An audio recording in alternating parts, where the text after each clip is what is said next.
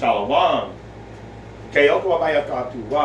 First and foremost, Kal Halala Yahweh, Bahashim Yahushai, Bahashim Rukakadash, Kwam Yashalata, Yashalata Kwam. I wanted to start off by saying, I'm real sad today. I was working on both of my vehicles, and neither one of them are ready to go, so I'm stranded. I'm stranded right here at the house, so I'm going to just go from the power of the Spirit and bring out a class right here. Believe me, I'd rather be in the streets, but since I can't be in the streets, let's see if I can do a class here. I did have something I wanted to bring out. Let's see if I can. Let's see if I can find it. I don't know what I'm going to call this class yet. Hold on, I'm going to get a chair. Let me get a chair so I can sit down. All right. So, I put up a really short statement earlier. I was talking about the book of Enoch and how it does. It reminds me, when they talk about the sirens, it reminds me of the women today getting all dressed all crazy. But what does that have to do with salvation? If anybody could just please tell me what the book of Enoch has to do with salvation. I kind of get irritated hearing about it personally, because the reason why they say the book of Enoch is fake, because the original book was real, but it's been rewritten so many times it's compromised to a point where it's not worth reading. I've read it multiple times and I understand a few things. I mean, I understand the book. I'm not going to say a few things. The Most High gave me spiritual eyes and put me in a certain office. I understand the book, but when I read the book, I don't see anything that I would use to, I mean, I could use like a few things to describe this or that, but I'm not going to read the book of Enoch and you're going to feel like I need to get back to the laws, because the book of Enoch doesn't teach laws, statutes within the laws, and the direct commands. Since Enoch was before the flood, I don't see where he'd be teaching that. He didn't. So, in our day and age, we need to learn about the laws, the statutes within the laws, and the direct commands. So when it comes to these books, I'm not saying don't read them, but don't read it and then think that you know something about salvation. But today we're not going to deal with that anymore. We've exhausted the point of the book of Enoch. Today we're just going to go into the I guess I'm gonna go with there's 4 types of Israelites. Okay, let's go with that. So let's go to the book of Mark. 4 types of Israelites. All right, let's go to the book of Mark, chapter 4, and we're going to start at verse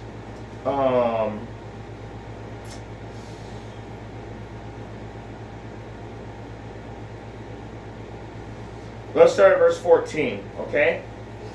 The book of Mark, verse 14. Chapter 4, verse 14. The sower soweth the word.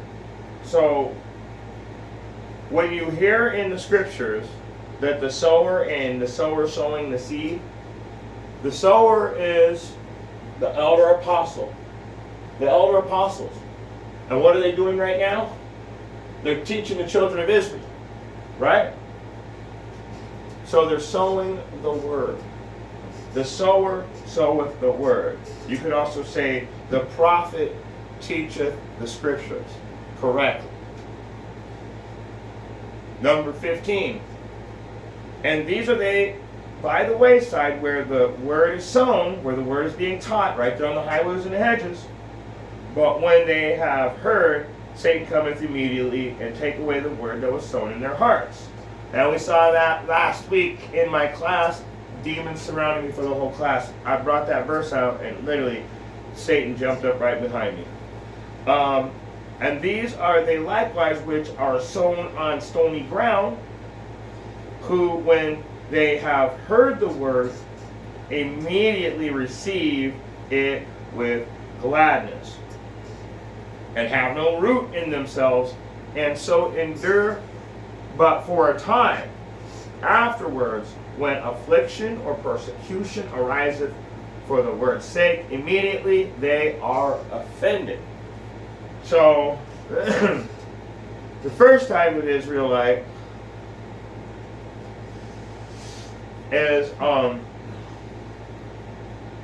the Israelite that right when he hears the word, Satan pops up around the corner and starts distracting him and gaslighting and calling. They come immediately and they do anything they can to stop the teaching from happening. And then you got the second type of Israelite, verse 16 and 17. And these are likewise they likewise which are, so they're the same. They're just sown on stony ground. So Satan's going to be able to take them out too. Why? Because when they have heard the word, they immediately receive it with gladness. They're so happy to find out that they're Israelites. Run over here to the 12 tribes chart right over here and see what tribe you're from. Oh, I'm from this tribe. This is great, man. I can't believe it. Yes. And have no root in themselves. You don't have a real spirit in you. The Spirit itself beareth witness with our spirit that we are the children of God. So the Most High wasn't dealing with you at this time. So all Israel shall be saved, but you have no root. So endure for but a time. So this is why I say you don't have the true spirit in you. Watch. Because afterwards, when affliction or persecution arises for the word's sake, immediately they are offended. But in Sirach, or Ecclesiastes chapter 2, verse 5 says, for gold is tried in the fire, and acceptable men in the furnace of adversity. So an acceptable man, why I'm bringing that out, is because he's not going to be offended at the works that you have to do. In verse 1 in Sirach, it literally tells you, if thou comest to serve the Lord, prepare thy soul for temptation. And it's not from the Most High, because I tempteth not, neither am I tempted by man. So you know the Most High isn't tempting you. He's telling you that when you go out there and you try and serve me, I gave this world over to the hands of evil. And when those hands of evil are in power, you're not gonna you're gonna be tempted to turn your back. They're gonna try to do everything they can to keep the word from coming out, including taking your life. Some of you, scaring you, dealing with your family wickedly. I mean, there's so many things that they did to us in the past that they're getting ready to do again in the future. Now you got to remember this: the alphabet gang are now saying that any negative thing that you say against them is an attack. So, they're literally calling it a violent attack to say mean things about the rainbow people. A violent attack, really? So what are they doing?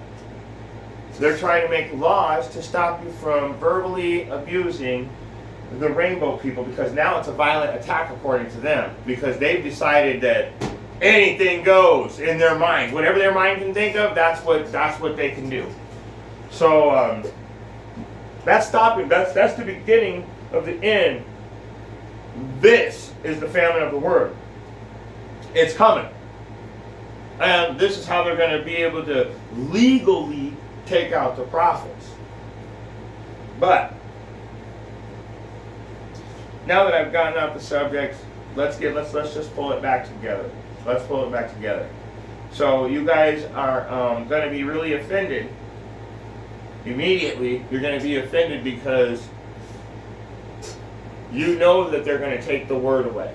You know that they're doing legislation right now to make laws against speaking out. Anti-Semite laws, or anti-Shem laws, saying that if you say anything bad about the small hats, that you're anti-Shem. I'm a Shemite. How is that possible?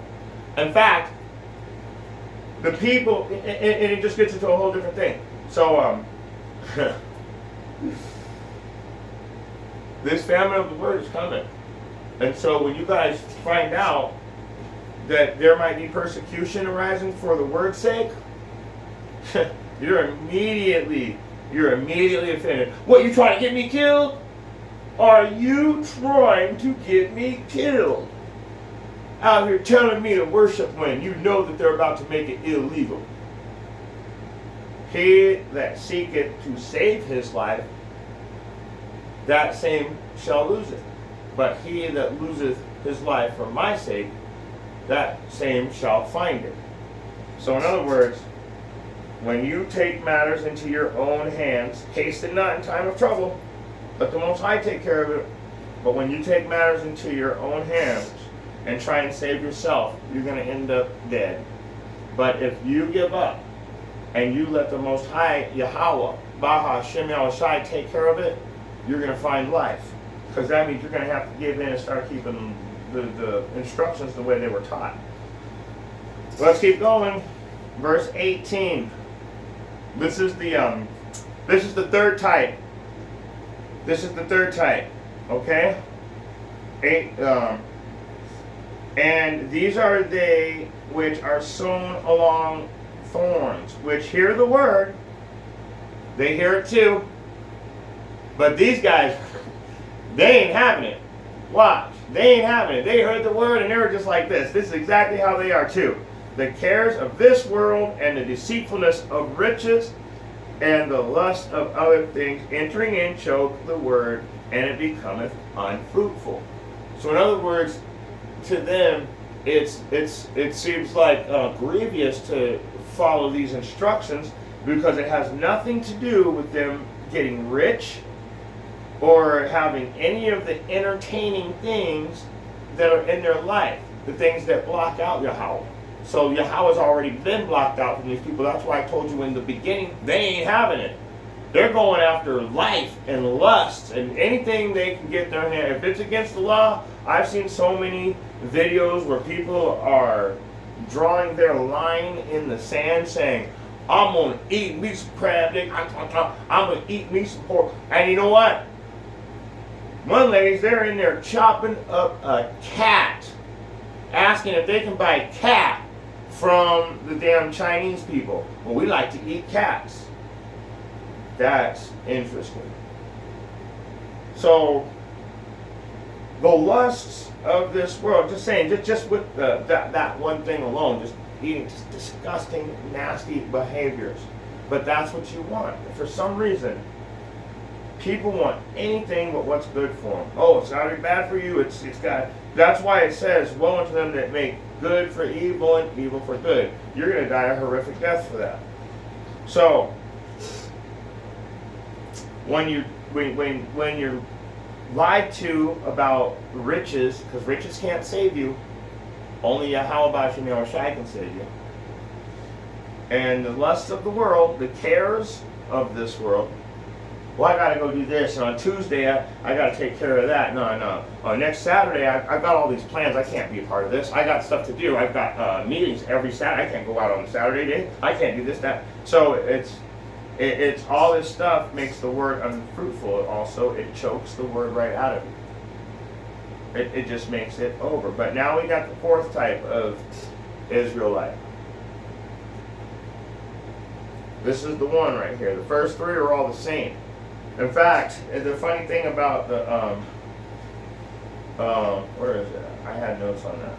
And now they just keep disappearing every time I So the first three types of Israelite lack faith. It's just different circumstances that take you out.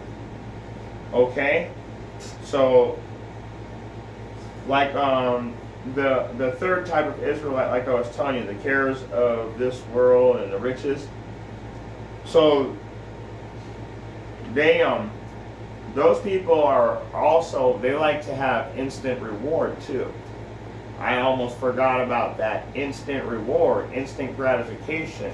Push a button and everything happens. Super duper lazy. And it makes you really prideful too, because you don't have to do nothing. You feel like, I don't have to do a thing. I've already got everything at the touch of a finger. Pride cometh before destruction. So, when things don't happen right away though, you turn back to your old ways. Hasten not in time of trouble. gold is tried in the fire, acceptable men in the furnace of adversity. So, like I said, the third type of Israelite, they want instant gratification.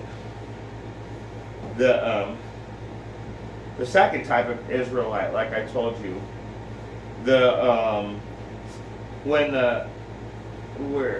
okay, here we go. The second type of Israelite, these are the ones by the wayside the ones that are on the stony ground is what I'm looking for. I'm sorry, kind of got a little stumbly there. Who, when they have heard the word, immediately receive it with gladness. The second type of Israelite is what I wanted to talk about, because the individual, when individual afflictions in our own lives happen, that's why they're offended, because they're also want the same thing as the third. They want things to happen right away, and they see that they were excited about it, but they didn't realize that there's going to be all these works involved. So because it's not happening like instantly, and then they're afflicted. You know what I'm saying? It's like it says it right here. But when they have heard, who when they have heard immediately, right here, they endure. So you go to verse 17, the ones that have no root, they endure for a time afterwards. When affliction or persecution ariseth for the word's sake, immediately they are offended. So when they get afflicted, it's over. They weren't expecting that, like I told you in the beginning. They weren't expecting personal afflictions. They were expecting that instant blessing. And that instant blessing ain't coming right now. It says that he that endureth until the end, the same shall be saved. So how can you be expecting $150 million blessing when you still have to pay for all of your sins? Even coming into the truth, you still have to, you still have a recompense for your worldly lifestyle, whether you like it or not. It's not just going to go away. The Most High is going to forgive you, but in doing so, you're going to make mistakes that are going to bring some of them curses back upon you. Now, and it even tells you that a man falls 7 times and gets up again. So you got to keep getting back up. And let me get that. So, because I paraphrased that really bad. And I don't like to paraphrase. I'm just going through it today through the power of the Spirit. So, a man falls 7 times and shall arise again. What chapter and verse? There it is. There it is for it. Let's go to the Bible. There it is. Proverbs 24:16. This is why we got to get the Bible Hub out.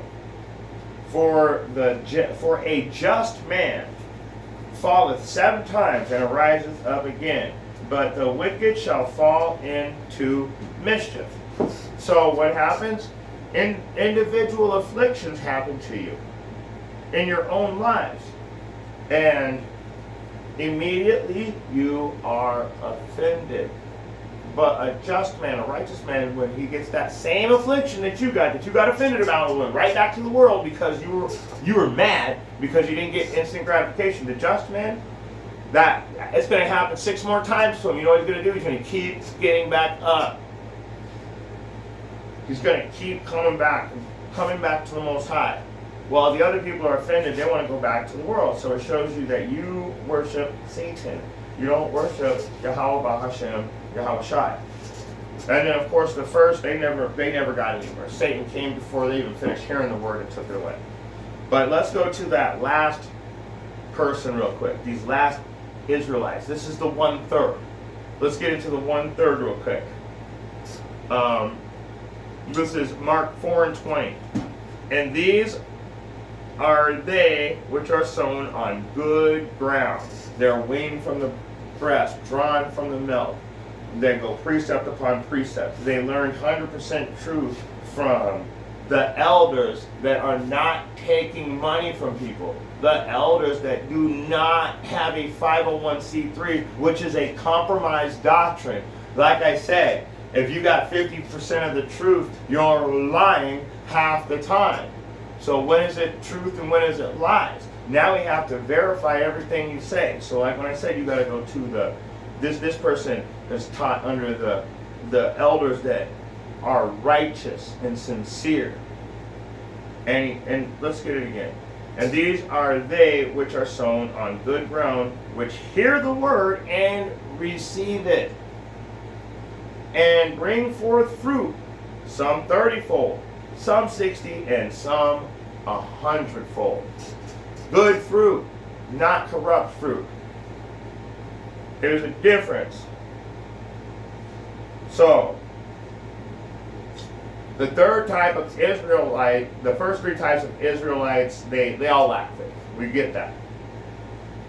It's just a different circumstance that's going to take you out, like I told you. That's all. But then the fourth Israelite, like I said, he'll fall 7 times, rise back up again, and be a just man. He will bring forth fruit, and you will have to go through the trials and the tribulations of the first three types to even get a chance to see the blossoms of your faith. Okay?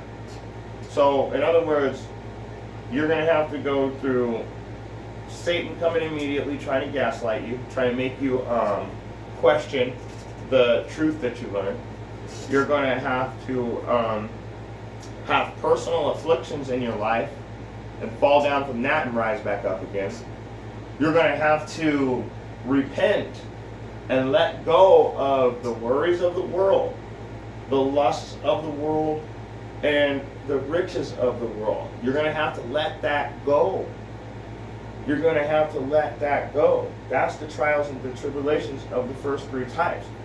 And then, when you've gone through all of that and you rose back up each time and showed that you were a just man, now you'll be able to have a chance to see the blossoms of your faith. So,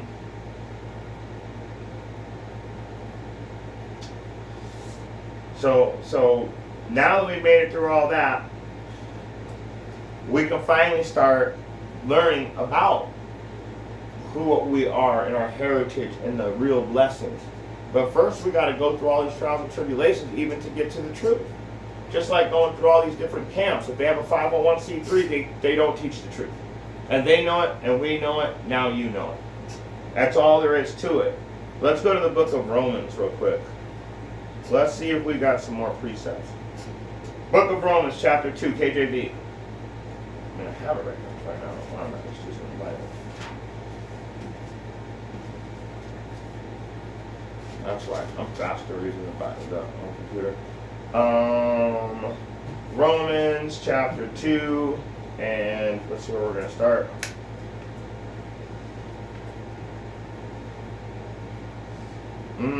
I would like to start at verse.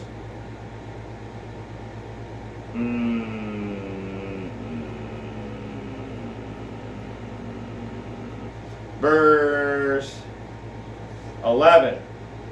We're going to start at verse 11. I'm going to make the point, I think, at 13, though. So, there is no respect of persons with Yahweh. So that guy, that I told you, a just man will fall 7 times and rise back up again. But the first 3 types are going to fall and literally fall away completely out of the truth. And the Most High has no respect of persons. I can prove that and just tell you about how Moses didn't go into the Promised Land. Neither did Aaron. And the Most High could have kept them alive as long as he wanted to. He's the creator of everything. So anyway, verse 12. For as many have sinned without law shall also perish without law. And as many have sinned in the law shall be judged by the law. That's scary right there. You break the law knowingly, you're going to get judged.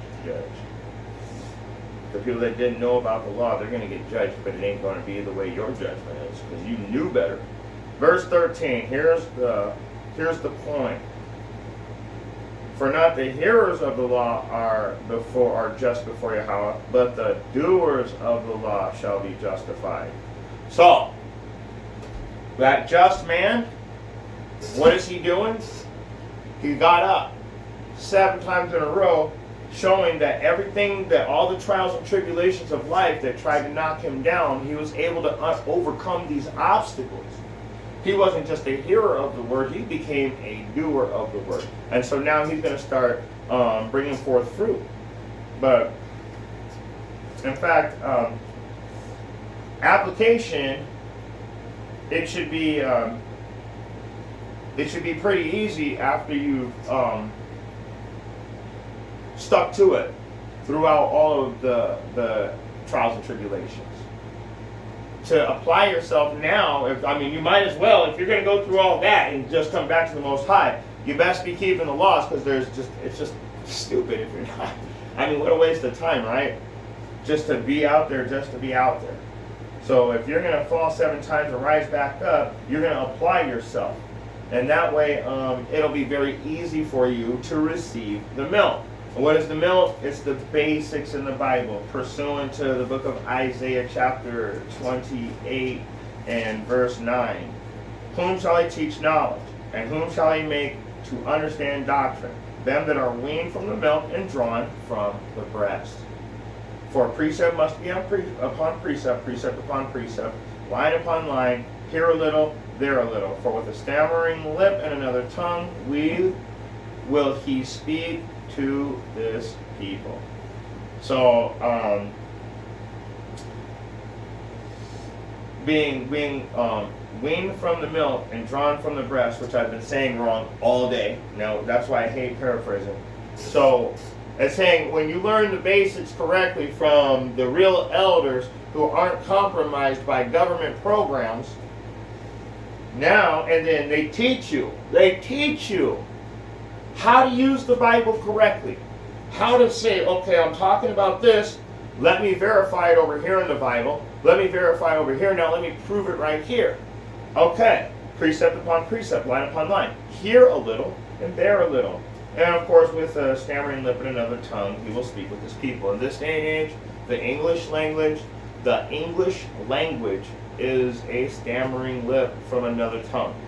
We should definitely be speaking the Lashawan Kadash, but we don't, because we just woke up. So most of us are barely learning the Lashawan Kadash, the Paleo Hebrew. Now you can go to these elders; they're going to be able to tell you a lot more than you thought you knew. You thought you knew a lot until you. What I mean to say is, you're going to think you know a lot until you start dealing with the elders, and you're going to have to break down and admit, okay, these elders, they got something going on here. They got something going on. They know what they're talking about. So it should be easy to apply yourself, though, after all of the trials and tribulations of the first 3 types of the Israelites. Now you've got yourself, you've rose up 7 times, you're showing you're a just man, you're applying yourself, so now you're able to receive the milk, you're able to receive these basics, so now you're almost ready. Be patient in our works. This generation wants an instant blessing. Even in my notes from 4 or 5 years ago, this generation wants an instant blessing. They don't want to do the work. That's why there's all these trials and tribulations and obstacles you have to go through just to get to the word. You hear the word, you get brushed off so quick. It's just like the tip of the iceberg. You see like this little piece of the iceberg, but under the water, it's this whole island. And you barely got the tiniest little piece of the tip of the iceberg, and you thought that was it. I want this instant blessing right now. But you didn't want to do the work to find out that there's a whole mountain underneath it. There's so much understanding that needs to be done.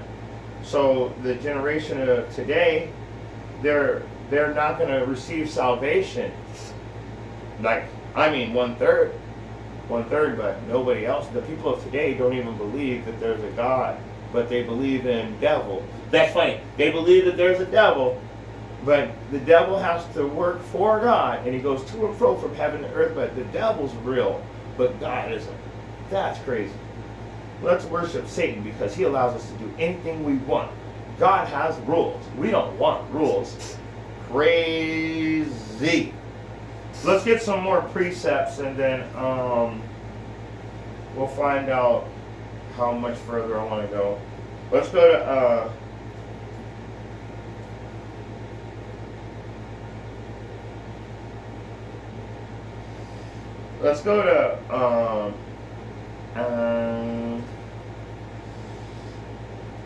Luke. I want to go into some more trials and tribulations. So let's go to Luke chapter 14. Luke chapter 14. I don't know why I keep tapping this. I mean, I got it right here in front of me. Luke chapter 14, starting at verse 28. For which of you, intending to build a tower, sitteth not down first and counteth the cost, where he hath sufficient to finish it? So how are you going to build, and this is great, I'm glad I brought that out. How are you going to build your relationship with Yahweh? How are you going to do it? So, let's read it again. But when thou make it, whoops. Where was I? It was Luke.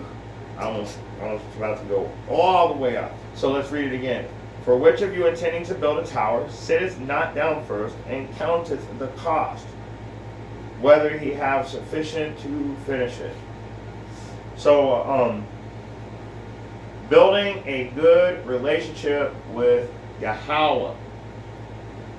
You've got to sit down and you've got to do the studies and find out, like Romans 8:16 says, the Spirit itself beareth witness with our spirit that we're the children of God. So when you're counting the cost, you're trying to figure out whether this resonates with you or not. So really the Most High is deciding whether He wants you or not. He already decided that. Whether you were chosen or not in the beginning. Let's read it in the Living Bible real quick. We'll see if it breaks it down a little bit.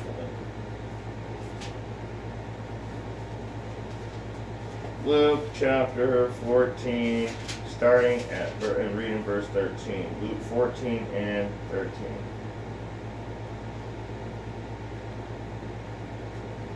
Instead, I want to make sure I'm in 14. 14 and 20. I keep going to 13. It's 14 and 28.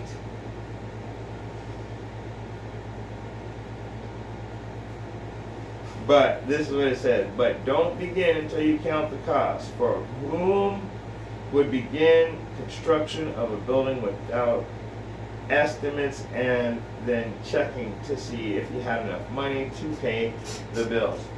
So who's not going to study first before they go out? That's all there is to it. Who's not going to do the works? Who's not going to create a good relationship? And that's what you're building, is your relationship with Yahweh anyway. Let's go to verse 29. Lest happy after he hath laid the foundation and is not able to finish it, all that behold it begin to mock him. So everybody that sees that you weren't able to finish building this temple, they start laughing at you. So that's like, you know what that goes in perfect with? He that takes his hands off the plow. What chapter and verse? I don't know why I don't remember where this is at. It's Luke 9:62. At least there's somebody out there that probably knew where that was. So Luke 9:62. And Yahushua said unto him, no man having put his hand to the plow. So this guy started the foundation and didn't finish it, right? He couldn't do it. He didn't have enough spirit in him. He didn't have enough willpower. He was not given the Holy Spirit according to Yahweh B'Hashem Yahweh Shai.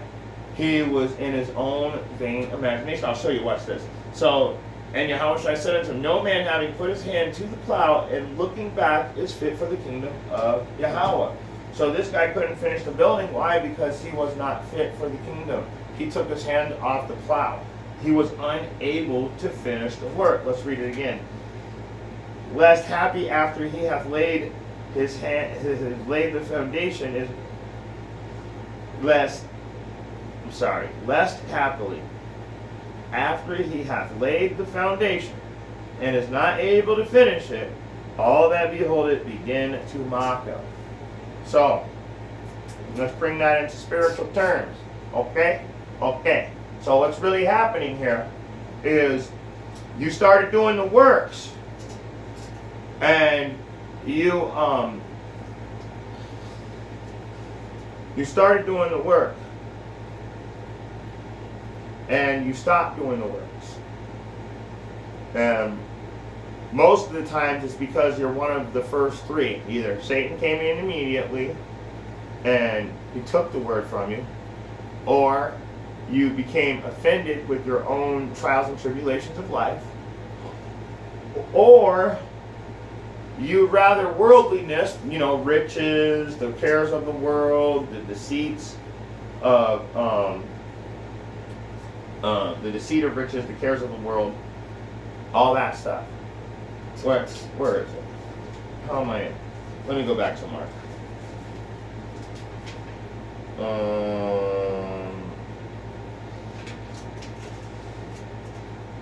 There it is. The cares of the world and the deceitfulness of riches and the lust of other things entering in. And the lust of, and so this is how you take your hands off the plow in the first place.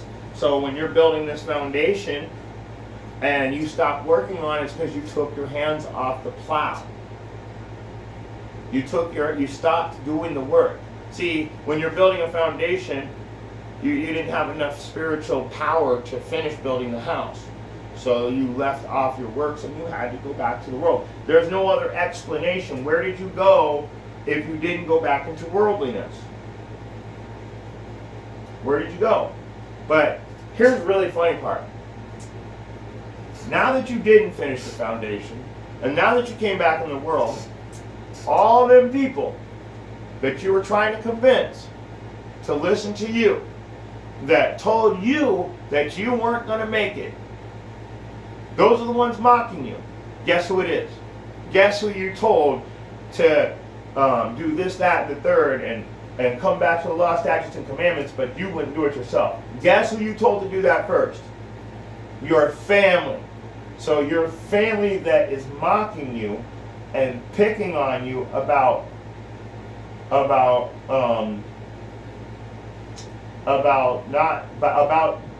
being a failure, pretty much. So, and when you fail, they're happy to see you come back. God, I told you down there that stuff was crazy. You know that stuff wasn't real. Come on over here. We got some pork chops right here. We're gonna eat pork chops tonight, and it's gonna be good. Oh, and Uncle Ray, he's going out fishing this weekend. I heard that he was going crab fishing. Boy, if you catch us some crab, it's gonna be great. So not only are they mocking you, they're happy to see you back. And really, they're not mocking you. You're sad. They're mocking Yahweh Hashem Yahweh Shai, because they hated him in the first place. They are against Christ. They are anti-Christ. Let me read a couple more verses and then we're going to close out. So, let's go back to Luke chapter 14. And we're going to go to verse 29. We'll read that and then keep going. Lest happily, after he hath laid the foundation and is unable to finish it, all that behold it begin to mock him. So your whole family and all your friends that you tried to get to follow you in the truth, since you didn't even have the truth, now they're laughing at you and they're happy to see you come back. Saying, this man began to build and was not able to finish. So they think it's funny. They're still laughing at you behind your back right now. Or, what king going to make war against another king sitteth not down first and consulteth whether he will be able to, with 10,000 to meet him that cometh against him with 20,000. The odds are against you. Are you going to be able to make it? The odds are against you in this book. The odds are against you learning this truth. You see how many people can actually bring out a class without it being all chopped and screwed, being all 501c3. It's like, you got to be joking. So, verse 32. You know what? I think we're going to stop there. You know what? Why not? Let's just finish it out. Or else, while the other yet is a great way off, he sendeth an ambassador, an ambassage, and desireth conditions of peace.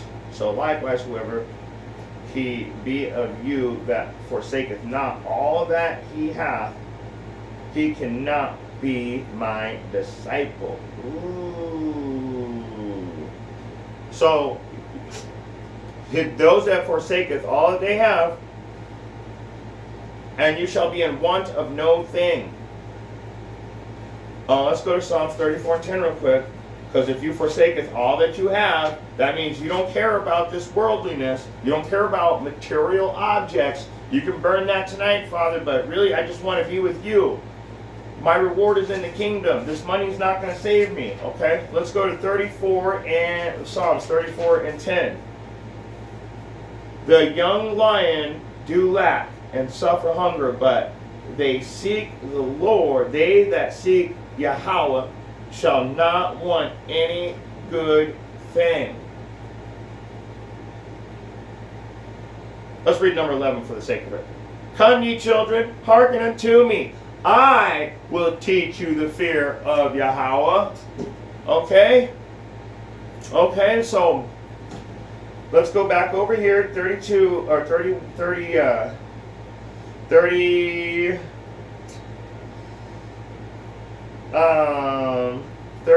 again, I think.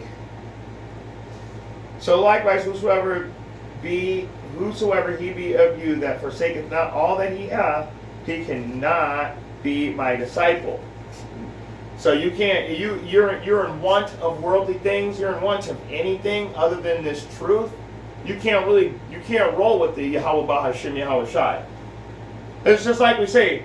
We need money, but we don't need money. So there's certain things in life that we actually need. Don't play semantics. But we don't need those things. We need them to survive. It's not like those are gonna save our life. The only thing that's gonna save your life is coming back to the truth, the laws, the statutes, the direct commands to the best of your ability according to your knowledge. Let me read it one more time and then we're gonna close out here. The young lions do lack and suffer hunger, but they that seek Yahweh shall not want any good thing. Going back over to verse 32 again, or 33 again. So likewise, whosoever he be of you that forsaketh not all that he hath, he cannot be my disciple. So, you have to have faith. To be the fourth type of Israelite, you're in want of no thing. You've gone through trials. You've gone through tribulations. Satan came immediately. But we go straight to the book of Sirach, chapter 2 and verse 5, and it says, gold is tried in the fire and acceptable men in the furnace of adversity. So you've made it through all of that. Then you went in and you learned the word. You built a foundation, but you didn't leave off from building. So nobody was able to mock you. You're blameless now in the truth. You didn't take a 501c3. You didn't take a bag and mistreat the sheep and run the flock astray. You've done your job. So now, when it comes down to it, you're not out there looking for worldliness. You are in want of no thing. But what do you want? You want to fill the desire of Yahweh Bahashim, Yahweh Shai. And his desire is for us to go out and teach our brothers and sisters so they don't end up on the 2/3 side. And we all know that us teaching is foolishness unto him. Our teaching is foolishness unto God. What chapter and verse? There it is. 1 Corinthians 3:19. 1 Corinthians 3:19. So I always say it and I never bring out the scriptures. 1 Corinthians chapter 3:19. So, like I said, he desires for us to go teach, but this is the funny part. For it is written. Wait. I'm sorry, 3:19. 43:19. I'm way off. For the wisdom of the world is foolishness with Yahweh.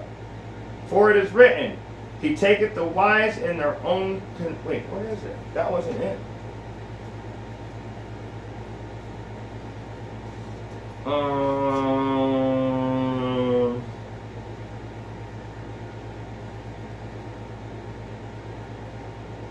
Where is it? I had it. Oh.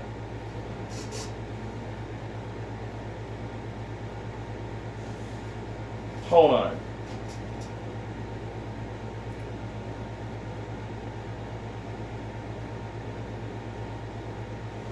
No, I didn't get it right. I didn't get it right.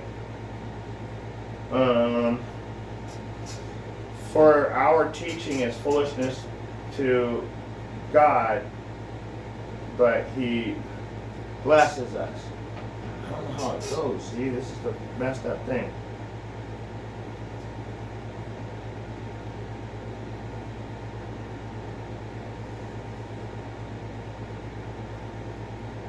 Okay, there it is. I did find it. 1 Corinthians. Sorry about that, guys. I'm even on the correct page. 1 Corinthians.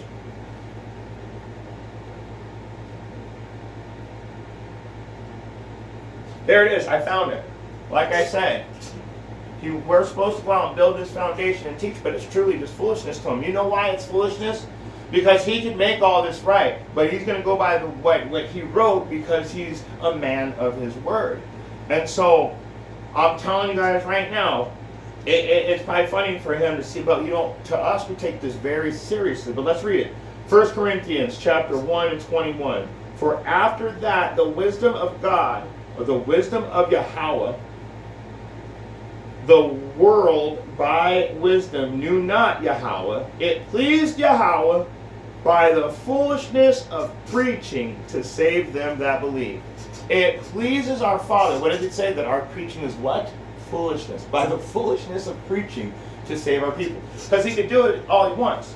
He could do it all he wants. So he's the one that's going to save us. And in the end anyway, we can't save ourselves. People are always so quick to think that they're just going to do something and they're going to be like, you're thinking of yourself as the Savior when you think that you can save yourself. He that seeks to save his life shall lose it. He that loses his life for my sake, that same soul shall be saved. The same shall be saved. So let me read it one more time and then we're going to, I already said I was going to close out, but so like I said,